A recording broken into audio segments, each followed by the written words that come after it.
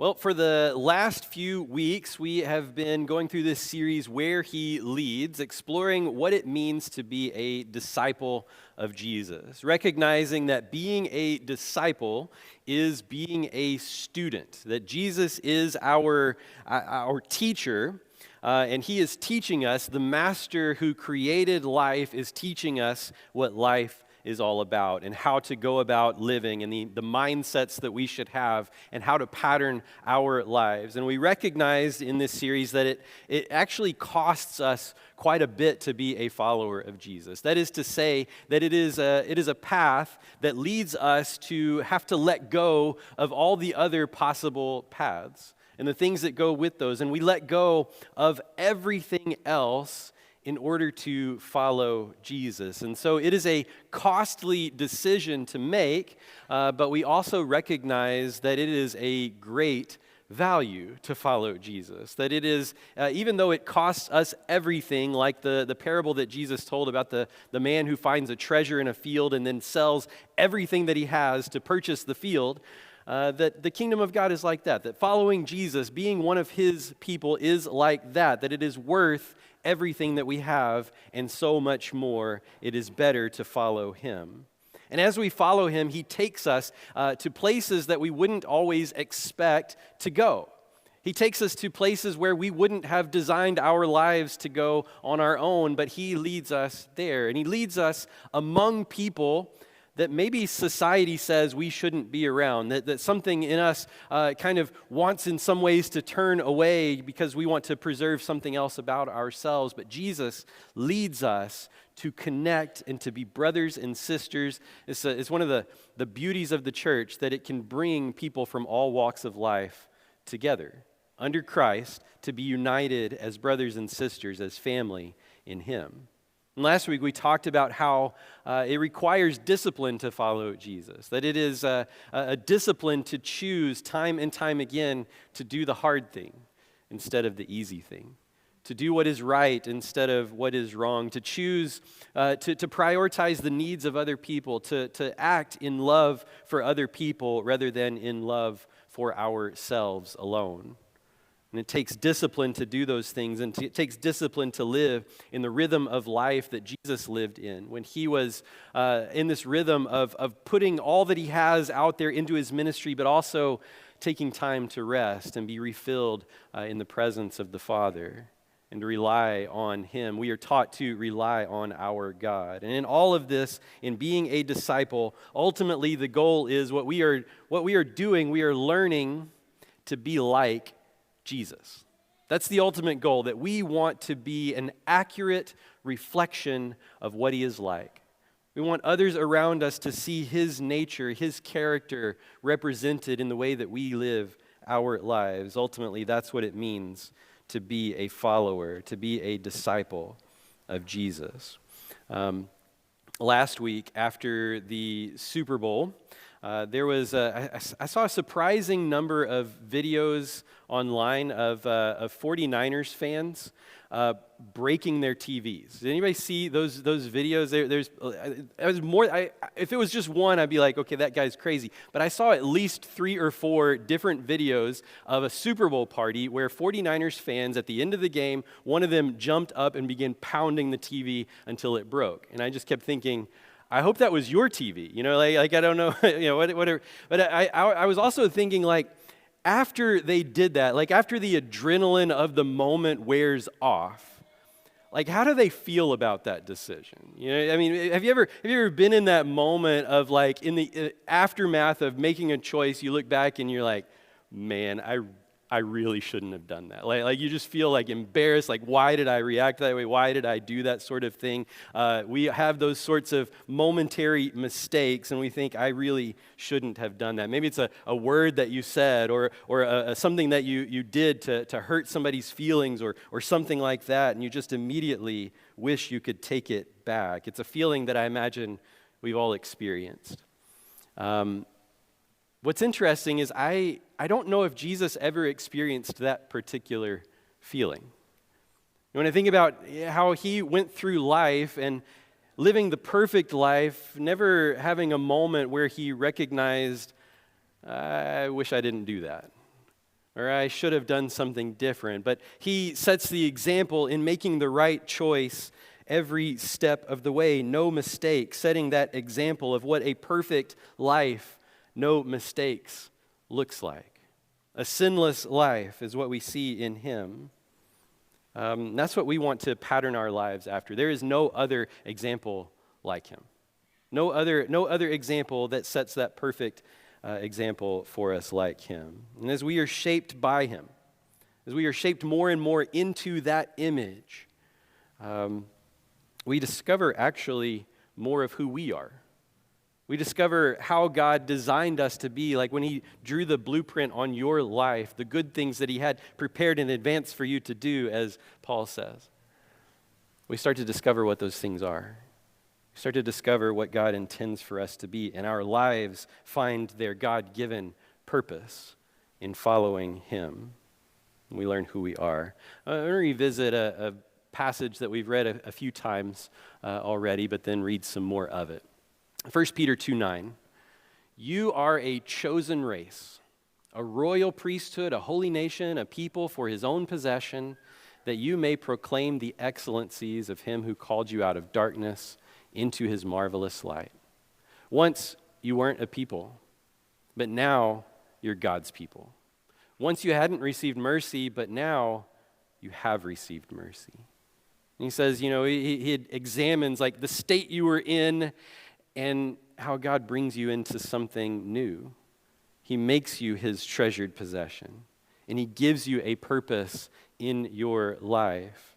Jesus calls us to fresh identity. He calls us to fresh purpose.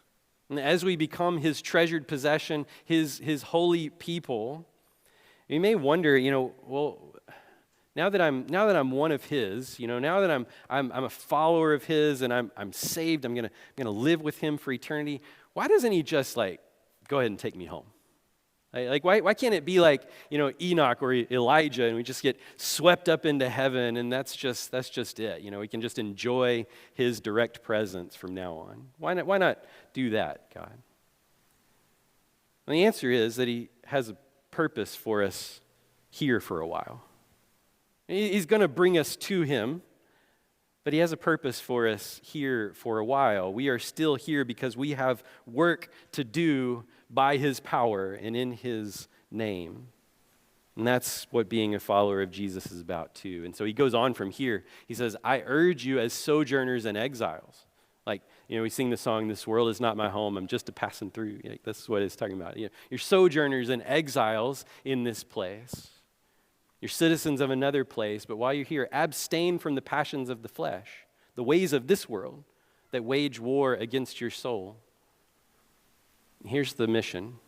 Keep your conduct among the Gentiles honorable, so that when they speak against you as evildoers, they may see your good deeds and glorify God on the day of visitation.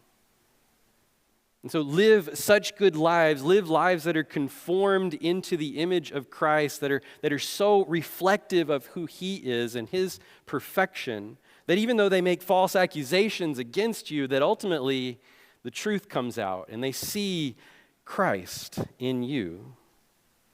You can see represented in what Peter says here, some of the self-discipline that we talked about last week, of keeping your conduct honorable. And you notice the point of it, though.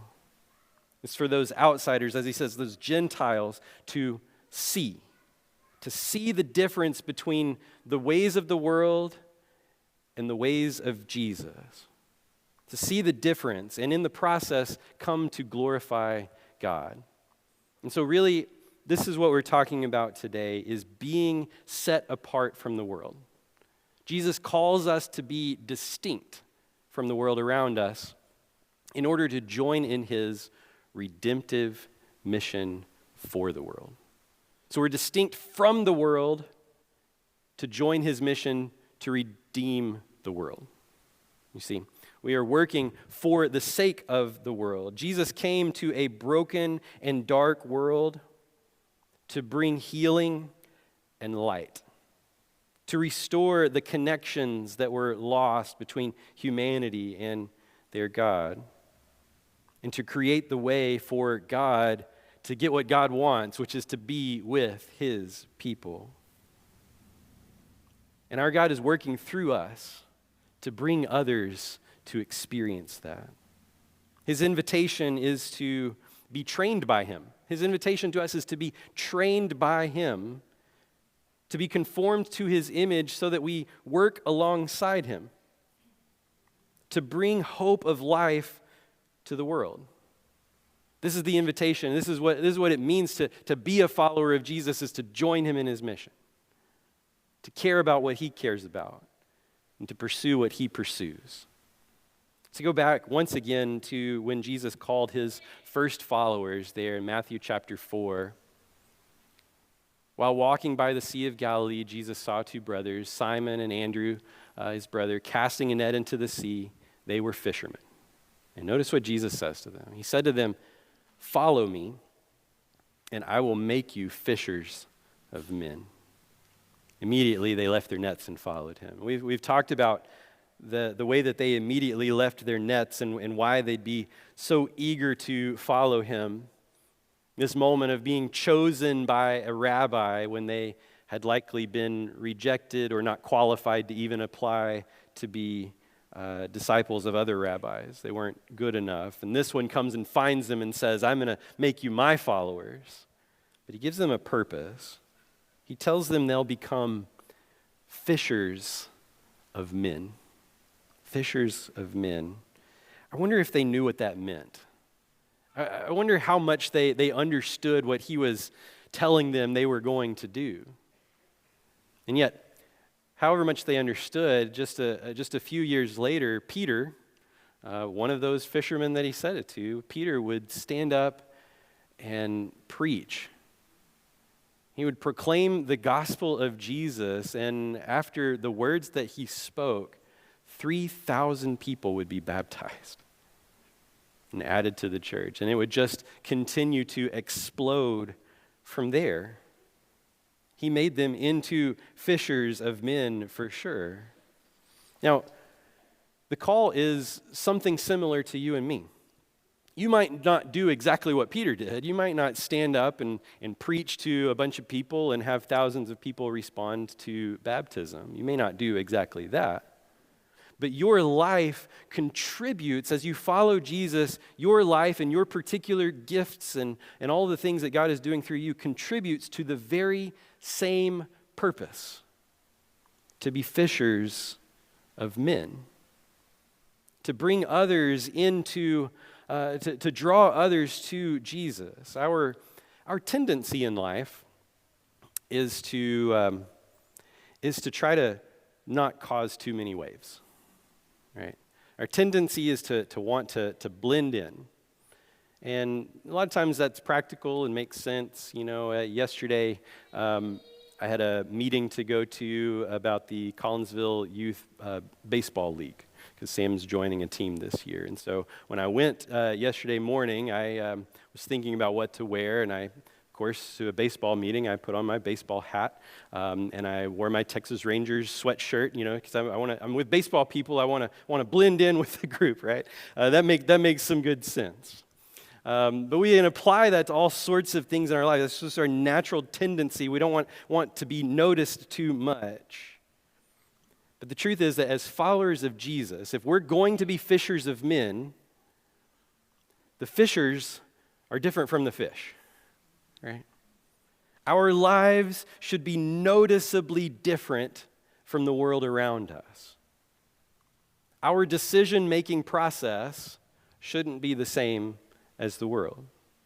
The way that we talk, especially I think the way that we talk about other people, should be noticeably different from the world. The way we respond to challenges, the way we respond to things not going our way should not look like the world. Our ethics and the ways that we treat people when no one will find out and no one is looking should be different from the world. The places that we go should be different. The things we choose to consume, whether physically or mentally, those things should be different. Jesus said to his followers, in the Sermon on the Mount, he said, "You are the salt of the earth." You're the salt of the earth. But if salt has lost its taste, how shall its saltiness be restored? It's no longer good for anything except to be thrown out and trampled under people's feet. If salt loses its saltiness, if salt isn't salty anymore, it's sort of useless. Now, scientifically, I guess, if we're thinking about the table salt that we have at home, it's kind of impossible for it to lose its saltiness. It wouldn't be there. It is salt. The salt in Jesus' day had more impurities, right? And so the sodium chloride, the salt could be leached out of it, and what was left was just like grains of gravel, basically, ground up gravel, more or less. And so if that were to happen, then yeah, it's no different from the dirt out on the road. You just go throw it out there, and people can walk on it. It doesn't make any difference. It's not set apart anymore. It's lost its use. Jesus says, "You're salt. You, followers of him, are salt." Salt is something that we can take for granted in our lives because it's so readily available. Probably almost every restaurant you've been in has had salt and pepper shakers on the table. You've likely got it on your dinner table at home, sitting there just waiting to add to your meal if you need to. It's just cheap and easy and no big deal. In the ancient world, I cannot overstate the value of salt. Salt meant more than just something to season your food a little bit. In fact, salt was used as currency. It's at some times, and in fact, Roman soldiers could be paid in salt. The term for that was salarium argentum. Salarium argentum, which means salt money, and it's where we get the term salary today. They could be paid in salt. It was their salarium. It was their salary.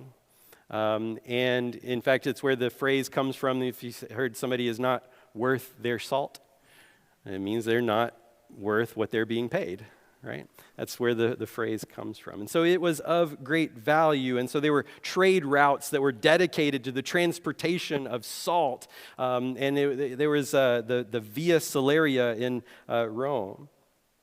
Because it was used for a number of things. It was used for preservation of food. In an era without refrigeration, they had to find ways to keep food from spoiling.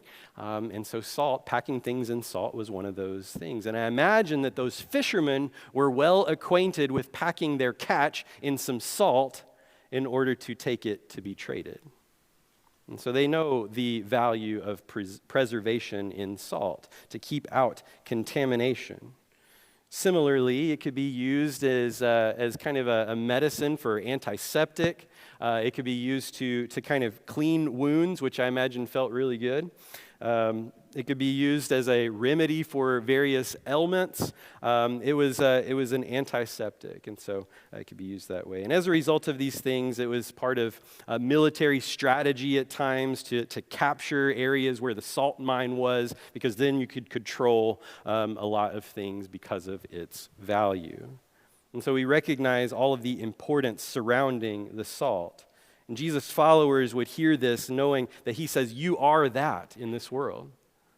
They recognize he's saying they're important, they're valuable, and they function in the world like salt. And of course, the first thing for them to come to mind in all of that would be that preservation aspect. That's the most common thing that it was used for. It's preservation. And so when we are recognizing that we are salt in this world as Jesus followers, that's one of the things we should keep in mind. If we want to be salty, then we work to protect and to preserve what is good. As followers of Jesus, we have the responsibility to work towards the protection and preservation of what is good. When God created, at the end of each day, he sat back and said, "This is good." God's creation and the way that he designed it is good.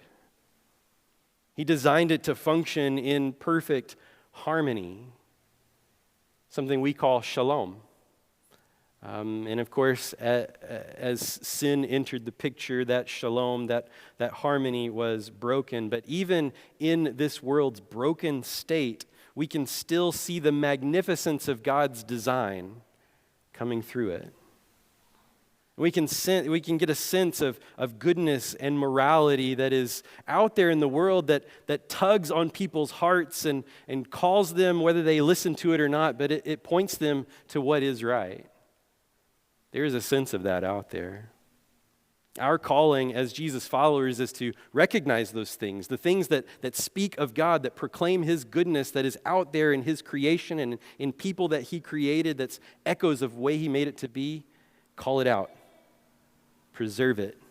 Protect it. Cause it to flourish. We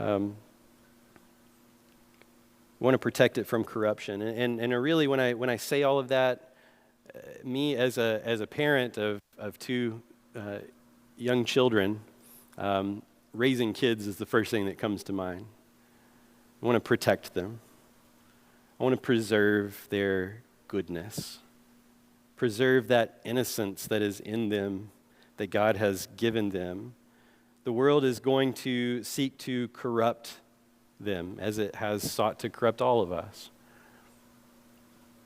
My job as their parent is to protect them from that, to shield them from that as much as possible. But in many other ways, it is our responsibility as followers of Jesus to cultivate the good. And it may begin with cultivating the good in our own minds. You know, Paul talks about here in Philippians chapter 4. Finally, brothers, whatever is true, honorable, just, pure, lovely, commendable, if there's any excellence, anything worthy of praise, think about these things. And he's telling us this is the orientation of our minds. It is to look for all of these things are the good things of God. Look for those things. Think about those things. Dwell on those things. Orient yourself to see them. Seek to draw these things out in society, in the people around us. Work to be part of cultivating Christ-like goodness wherever you are. In your workplace, cultivate goodness there. In your school, cultivate goodness there. Wherever it is that you spend your time, cultivate the good and protect it, even if only by example. And that's a big deal in itself. When Israel was taken into exile by Babylon, one of the things that God sent a message to them through Jeremiah was to say this in Jeremiah 29:7. Seek the prosperity of the city where I have sent you. Babylon? Seek the prosperity of the city where I have sent you into exile and pray to the Lord in its behalf. For in its prosperity will be your prosperity.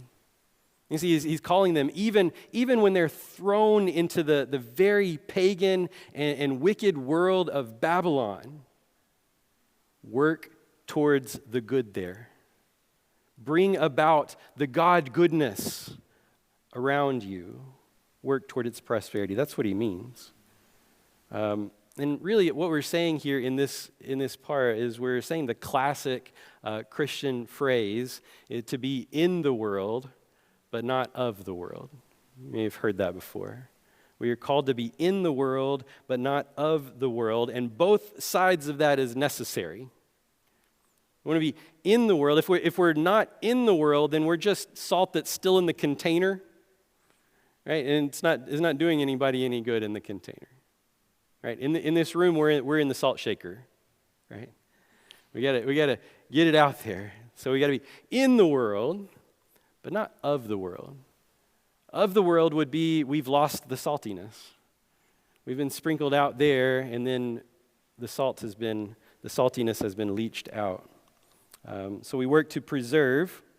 We work to protect what is good. And the flip side of that, which is kind of saying the same thing but from the other angle is to say we stand against corruption.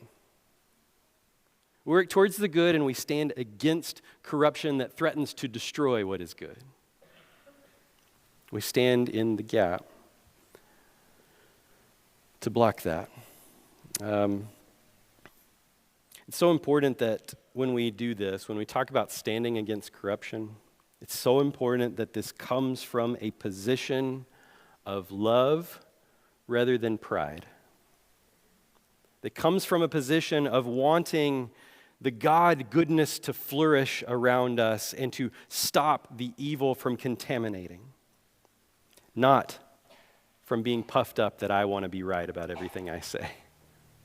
That's important to recognize. But we have a responsibility to stand up against evil, to stand up against cruelty and corruption that tears down the goodness of God's created order.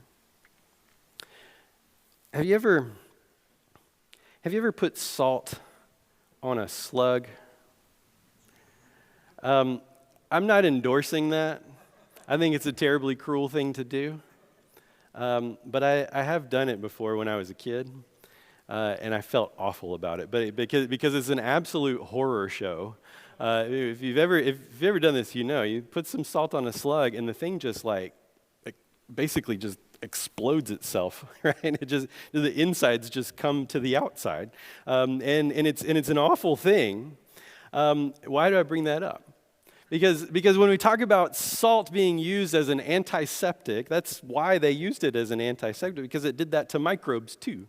It would destroy the things that would contaminate the wound, and as much as it might hurt to rub salt in the wound, it would be an antiseptic thing. It would kill off the corruption. It would kill off the thing that would cause it to go bad. And this is part of our calling in the world.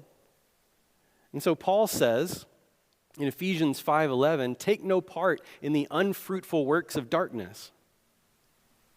Instead, expose them. Take no part in the unfruitful works of darkness. Instead, expose them. That means being willing to see sin and call that sin, instead of just joining in with trying to be creative about justifying it. It means lovingly working to eliminate what harms in order to grow what is good, what is life-giving. Paul said that this was his mission, given to him by Christ himself when he was incarcerated and he was testifying before Agrippa about his own experience and his calling and all this stuff. One of the things that he says to Agrippa, that he says Jesus said to him on the road to Damascus. This is Jesus' words to Paul.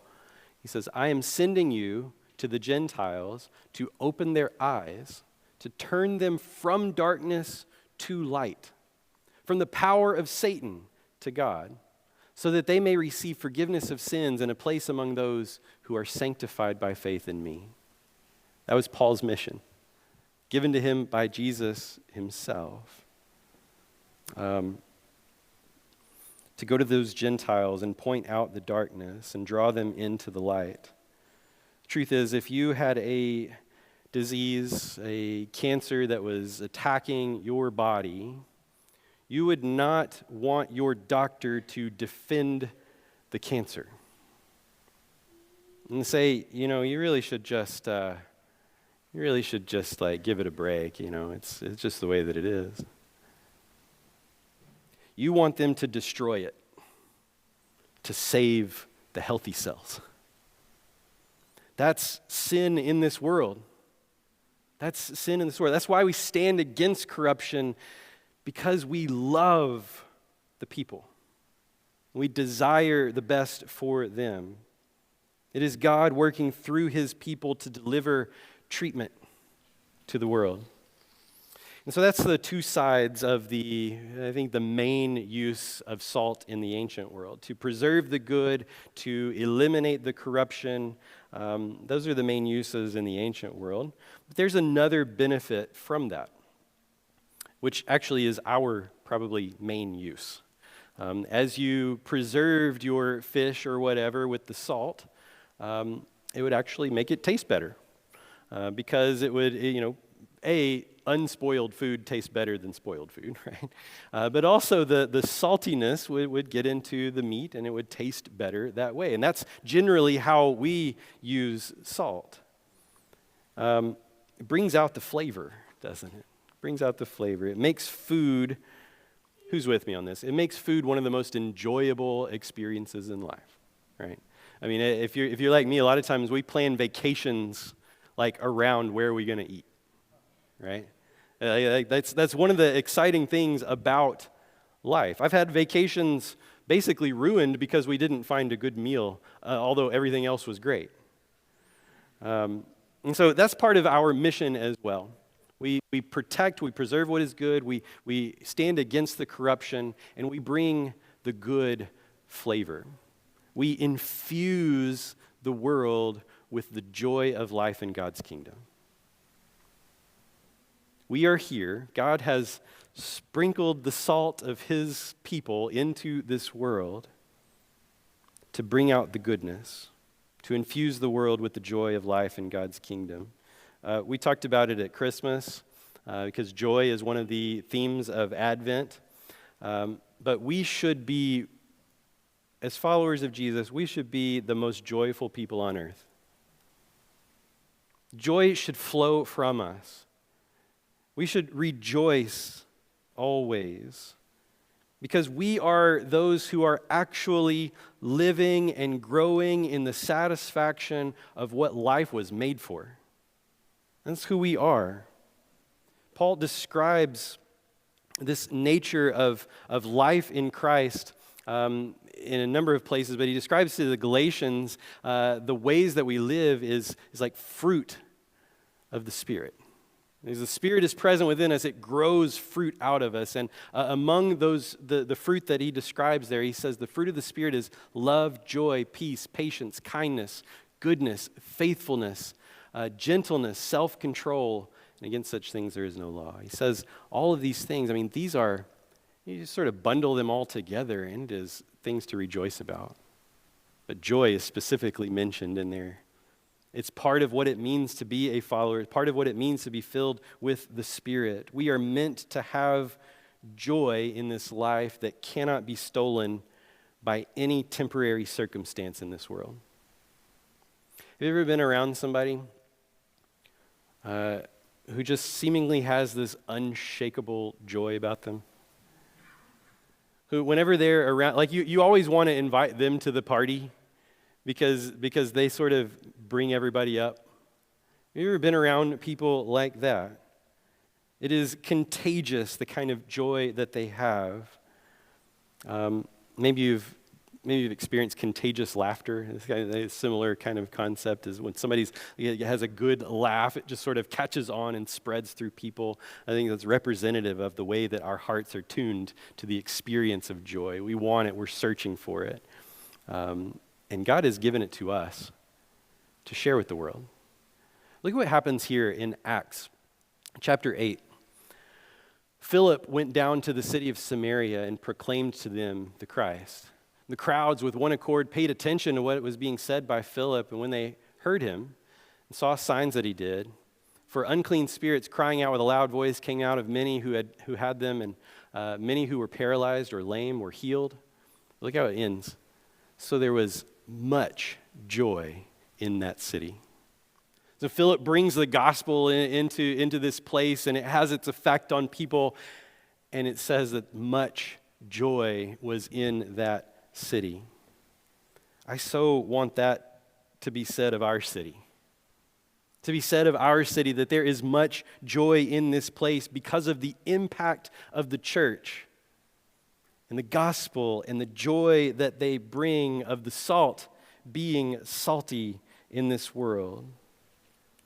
Remember, as we do these things, as we seek to be a part of all of this, remember that as we seek to preserve and protect, as we stand against corruption, as we bring about joy in this world, that all of it is an outworking of our discipleship, our connection, and our learning from Jesus. It's not something we generate on our own. It is not by our own power, not by our own wisdom. It is by our connection, our relationship, our discipleship with him. Jesus said, John 15, I am the vine, you are the branches. Whoever abides in me and I in him, he it is that bears much fruit. Apart from me, you can do nothing. Apart from me, you can do nothing. A branch that is disconnected from the vine, a fruitless branch disconnected from the vine, is, I think, another way of saying salt that has lost its saltiness. If we want to be Christians with an impact in this world like we're describing, to bring out good, to push back evil, to infuse joy, then we must invest ourselves in our relationship with Jesus. We must invest everything in our lives into him. It is worth the cost. Overall, what we've been describing is a call to be holy. Holiness is being set apart from the world, of being different for a purpose. Now, when most people think about holiness, if you just say holy to somebody, most people, I think, conjure up what we typically describe as a holier than thou attitude, right? A kind of attitude that says and carries itself as if I'm better than you. I've got it more figured out than you do. I follow the rules better than you do. But to act in such a way is sort of like being rescued from a sinking ship and then turning around and snubbing your nose at the ones who are still drowning. Instead, we are pulled up from the sinking ship to then turn around and continue to help pulling the others up as well. And so, this is where we'll wrap up. Our holiness, all of this being salty, is not meant to elevate ourselves above others. It is intended to draw the world to Jesus. It's not intended to elevate ourselves above others, but to draw others to Jesus. It's not, look how good I am. It's, look how great my God is. That's being salty. To go back to our scripture reading from today, Peter says, 1 Peter 1:14, as obedient children, do not be conformed to the passions of your former ignorance. As he who called you is holy, you also be holy in all your conduct, since it is written, you shall be holy, for I am holy. Why are we holy? Because he is. We are set apart from the world because he is different from the world. He is different from everything in the heavenly realm. He is set apart. He is holy, so we are called to be too because we are called to be reflections of him. We are patterned after him. That's what being a disciple of Jesus teaches us to do. The truth is, that's always been the mission of God's people. It's always been the mission of God's people. You go all the way back to Isaiah 49. Isaiah 49:6. It says, it is too light a thing that you should be my servant to raise up the tribes of Jacob. That's your own people. And to bring back the preserved of Israel. I will make you a light for the nations, that my salvation may reach to the end of the earth. That's the Old Testament, right? This has always been the mission of God's people, to be a light for the world, for others to see and to be drawn to God. Next week, right after Jesus talks about being salty, he goes on to say, you are the light of the world. That's where we're going to pick up next week and talk about that concept a little bit more. It'll actually be the beginning of another related series in trying to be the light that shines out into the world to draw others to our God. But may we, like Jesus, have a heart for the redemption of our neighbors. May we be salt among them, pursuing the good and opposing the corrupt by God's power. May God work through us to share the joy of his kingdom and bring others to redemption by his gospel. And may we, Praise God for the calling to be set apart, to be holy, and may we always strive to stay salty. In just a minute, we'll have the elders and myself will be at the back of the room, and we are there for you. If you have questions, if you want to talk to somebody, if you want prayers, if you are ready to become a follower of Jesus and be baptized into him, we would love to baptize you today. If you have any needs at all, that's what we'll be back there for. But let's wrap up with a final verse here, and then we'll sing. 2 Peter 1, verse 3.